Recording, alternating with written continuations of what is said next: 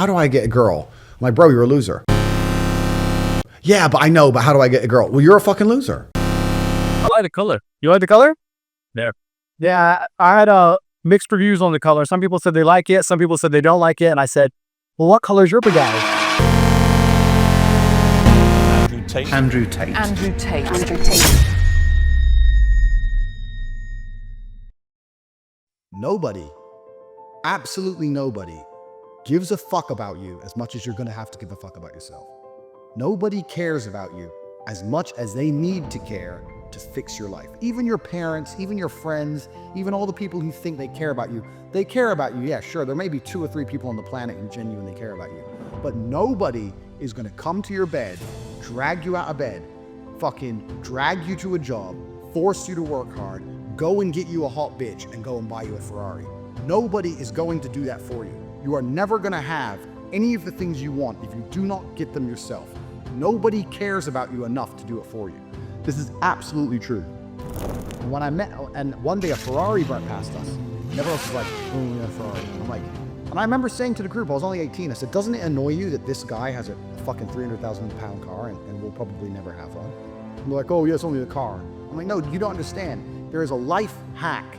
There's something happening where people are living lives that other people don't get to live. There's something happening. There's something going on. I want to have a 300,000 pound car. I want it. And no one else wanted it. These little events didn't ingrain in their brain. Ferrari driving past me bothered me. And it bothered me to my core to the point where I decided I would do anything it takes to have one. Whereas other people just saw it and carried on with their normal lives. This is the reason I have 6 or 7 supercars and other people don't. Because these small events ingrained in my brain. So this is the second thing, G mindset. The first thing you have to believe you're the fucking man, you can achieve anything. And when I say that, I'm gonna say that again. You have to believe you're the fucking man, and you have to believe you can achieve anything. I'm not saying you can achieve anything easily. I'm not saying it's not gonna take a whole bunch of work. I'm not saying it's gonna happen quickly, but you have to believe you can achieve anything. I'll tell you something now, I don't give a fuck if it's being an astronaut. I don't care about climbing Mount Everest. You give me enough time to train, I will get it done. I know that for a fact because I know who I am as a man. That's the first thing. The second thing is, you need to be perspicacious. You need to understand that in this world, there's a whole bunch of people doing amazing shit that you are not doing. And that needs to piss you off. Because if it pisses you off, you become motivated all of a sudden. I was the only one who was pissed off when that Aston Martin was next to me and I had my sales job. I was the only one who was pissed off when I saw that Ferrari drive past. Other people were not annoyed by it, and they're not annoyed by it. They're not driven. Me too. I think you should go through life with respect. Yeah. I think one of the biggest problems we have in the world today is too many people have just become comfortable with being idiots. You talked about rage bait. Yeah. 99% of streamers are idiots. They're running around insulting and abusing and pranking innocent people and playing stupid games and insulting people they don't know. I don't find any of that funny. I don't think any of that's appealing in any way. When I see these idiot streamers running up to innocent people and scaring them or insulting other people they barely know for views or all of these kind of things, I think it's extremely infantile. And I think that not too long ago in the world, it would get you hurt. And I go through the world with respect as much as possible. I try not to disrespect people because I understand where I'm from. If you disrespect people, real bad things can happen. So I'm not the kind of person who's going to sit on Twitter and just insult random people. I think that's stupid. Even if they can't find me, even if they can't get to me, even if they don't have the capability, I think God himself is watching, and I don't think God likes people who do that kind of thing. I think that you pay the price one way or another if you're going to go through life and be that kind of person. You should be respectful to everybody. I'd be respectful right up to the point I hit somebody in the face. Why wouldn't I be? That's just how I am as a person. So I think being respectful is extremely important. I think it's what the world is missing. I think it's especially what the crypto community is missing. Interesting. I think the entire world is missing respect. I think there's a lot of people with a few followers and a big mouth who, perhaps because they live in a failed state like California and they live in a failed city like LA, they just go through life and they do a bit of drugs and their friends do a bit of drugs. I don't do drugs. Everyone just talks constant shit and nobody has any honor or respect anymore, and there's crack addicts everywhere and houses get robbed and rappers get shot and nothing matters. You just run your mouth, right? But if you live in other areas of the world, you lived in Moscow or Bucharest and you were the kind of person who just talk shit on Twitter, you'd pay the price for that. You have to be different. Difference between a dream and a plan. And nothing good in your life is ever going to happen by accident. If you see a guy in fantastic shape, you don't say, how'd you get in great shape? And he goes, it happened. I just fell and no, he ate a specific way, he trained a specific time, he did specific things for a specific outcome. And it's the same with finances. And most people who are broke, if you say, do you want to be rich? Yeah, I want to be rich. How are you going to get rich? One day, I'll win the lottery. yeah, dumb shit. have no plan. You have no plan whatsoever, no actionable steps. No, you're not doing things daily. You're just hoping some point in the future God's gonna just dump it on your doorstep. Guess what?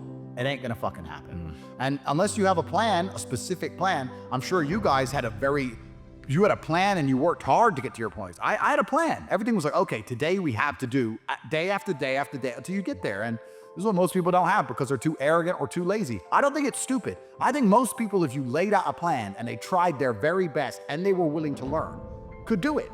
I don't think people are too stupid to make money.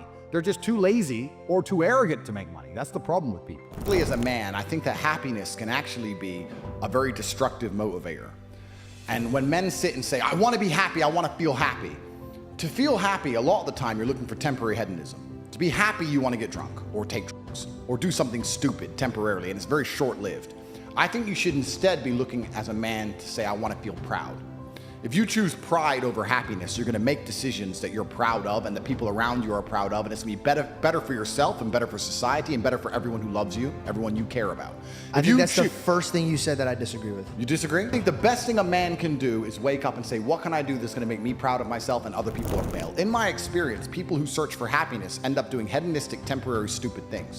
When I find men who search to feel proud of themselves, I want people to be proud of me, and I want to be proud of myself, and I want to be respected. They often delay happiness. They often go through very difficult things and build things which are beautiful or build things which are difficult to do. They often go to the other side of fear to feel that pride. I did it. I faced my fear. I did it. Yeah. So I think as a man, searching for pride or searching to feel proud is a pretty positive mindset for masculine achievement. I understand what you're saying from the biblical sense. I actually understand what you're saying. Yeah. But I just say if you were to take a man and say, how would you make your parents, your girlfriend, and yourself proud of you? If I was spending too much, I would simply find a way to make more money. And a lot of people talk about efficiency as well. I've had people talk about working smart, not hard. That is true. But I believe that you need to fill your day with all of the hard work first. I think that working smart is a matter of being more efficient with all the time you spend working. If you sit there and go, I want to work smart, not hard, so I work an hour a day, well then you're still lazy. You should work smart and hard and do 15 smart hours a day. That's how you win.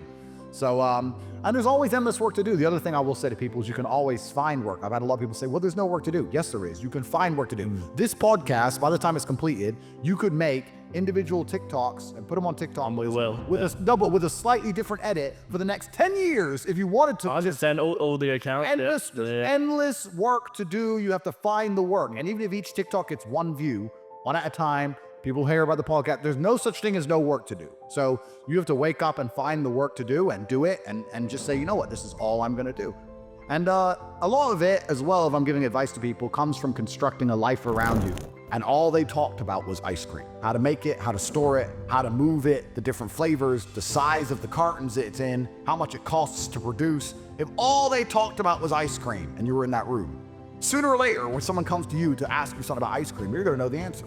But you're gonna accidentally know some shit about ice cream.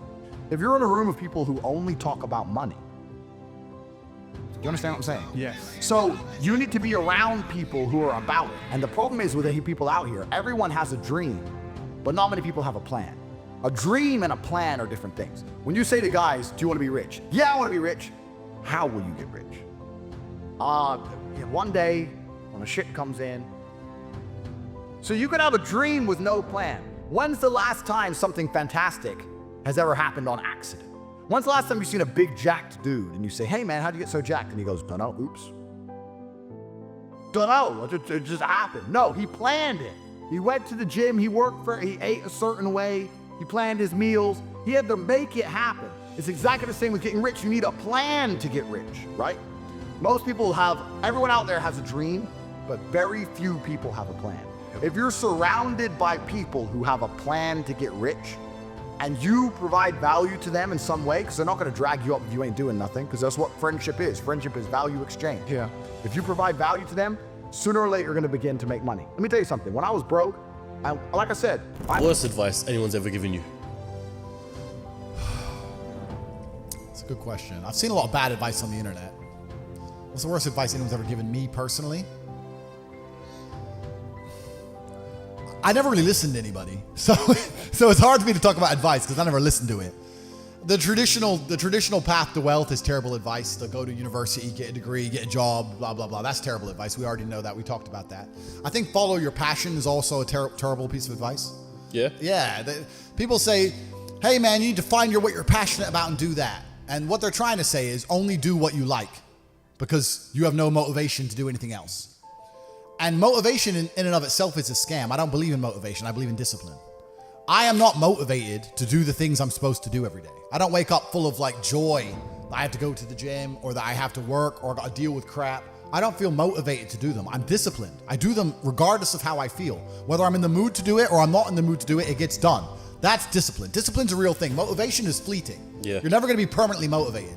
So when someone comes along and says, oh, do what you're passionate about, what they're saying is you'll have endless motivation and then you'll be able to try hard. If you're the kind of person who can only try hard at something he enjoys, then you're going to fail. Because most things you enjoy don't pay any money. If they paid money, you wouldn't enjoy them. It's called a job, right? Nobody likes their job. You like your hobby. I'm sure you like playing video games. Maybe 1%, 0.1% can make money from video games, right? Most people, you ain't ever going to make it. Yeah. Do you think the guy in China who owns a concrete plant is passionate about concrete? Do you think he's sitting there stroking it at night, naked in bed? Fuck no. It's money.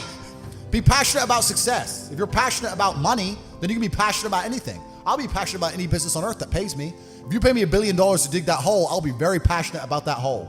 I will dig that hole with passion for the cash. Yeah, because you know the cash. For the money. Yeah. That's right. So when people come along and say, oh, you need to find something you're passionate about, follow your passion.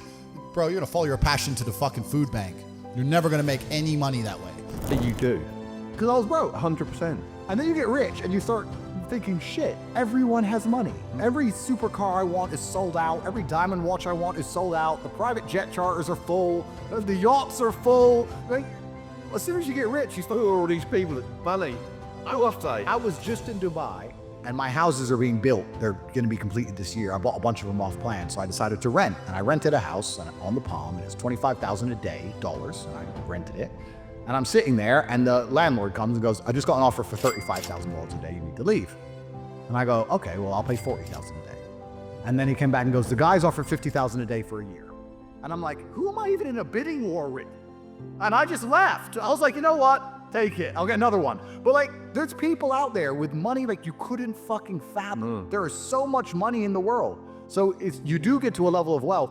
Another time it hit me, I was at Monaco. I was sitting around dinner in Monaco after, it was on a car rally, funnily enough. And there's like 10 of us. And I just looked around the table by coincidence. And I saw everyone's wearing a nice watch. And I thought, when I was broke, the idea, if someone told me they had 30 or 40 grand in the bank, I thought they were doing good. Now I'm sitting at a table, everyone's wearing a $100,000 watch. Nobody gives a fuck.